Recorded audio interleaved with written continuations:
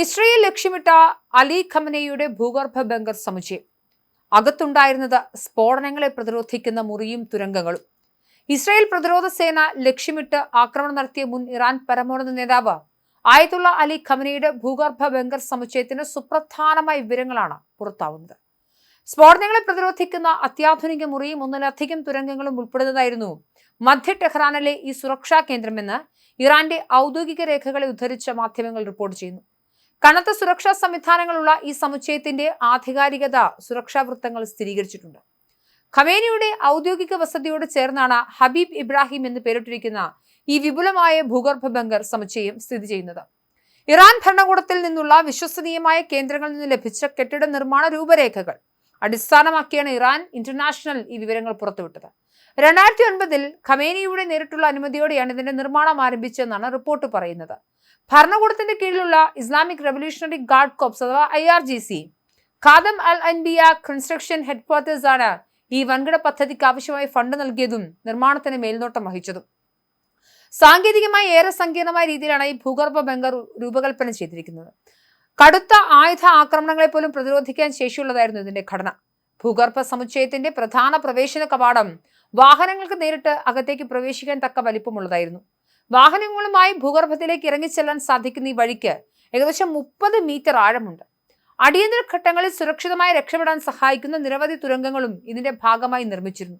പ്രധാന തുരങ്കങ്ങൾക്ക് പുറമെ എൻകലാബ് സ്ക്വയറിന് സമീപമുള്ള പാർക്കിംഗ് ഗ്യാരേജിലേക്ക് നീങ്ങുന്ന മറ്റൊരു പ്രത്യേക തുരങ്കവും ഈ സമുച്ചയത്തിൽ ഒരുക്കിയിരുന്നു.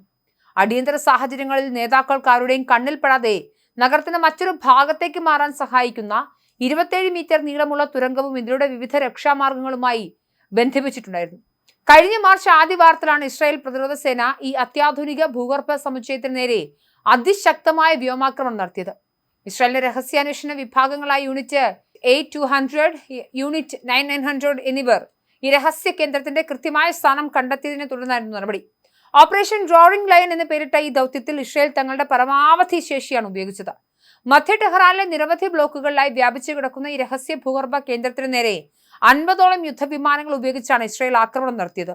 100ലധികം മാരകശേഷിയുള്ള യുദ്ധസാമഗ്രികളാണ് ബങ്കർ തകർക്കാനായി വിമാനങ്ങളിൽ നിന്നും വർഷിച്ചത്. സുപ്രധാനമായ ഈ താവളം തകർക്കുക വഴി ഇറാന്റെ കമാൻഡ് ഘടനയെ തളർത്തുകയാണ് ഇസ്രായേൽ ലക്ഷ്യമിട്ടത്. 5 നിലകളുള്ള വലിയൊരു ഭൂഗർഭ ഓഫീസ് സമുച്ചയവും ഇതിന്റെ ഭാഗമായി പ്രവർത്തിച്ചിരുന്നതായി കണ്ടെത്തിയിട്ടുണ്ട്. പരമോന്നത നേതാവിന്റെ ഓഫീസിലെ മുതിർന്ന ഉദ്യോഗസ്ഥരും സൈനിക കമാൻഡർമാരുമാണ് ഈ കെട്ടിടം പ്രധാനമായും ഉപയോഗിച്ചിരുന്നത്. പുറം ലോകത്തിന് യാതൊരു സംശയവും തോന്നാത്ത രീതിയിൽ മധ്യ ടെഹ്റാനിലെ ഒരു സ്പോർട്സ് സെന്ററിന് അടിയിലാണ് ഈ ബങ്കർ സമുച്ചയം പൂർണ്ണമായും ഒളിപ്പിച്ചിരുന്നത്.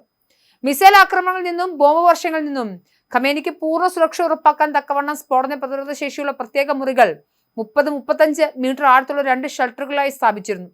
കൂടാതെ 3 നിലകളുള്ള വലിയൊരു പാർക്കിംഗ് ഗ്യാരേജും സൈനികർക്ക് പരിശീലനം നടത്താനുള്ള ഫയറിംഗ് റേഞ്ചുകളും ഈ അത്യാധുനിക സമുച്ചയത്തിനകത്ത് സജ്ജീകരിച്ചിട്ടുണ്ടായിരുന്നു.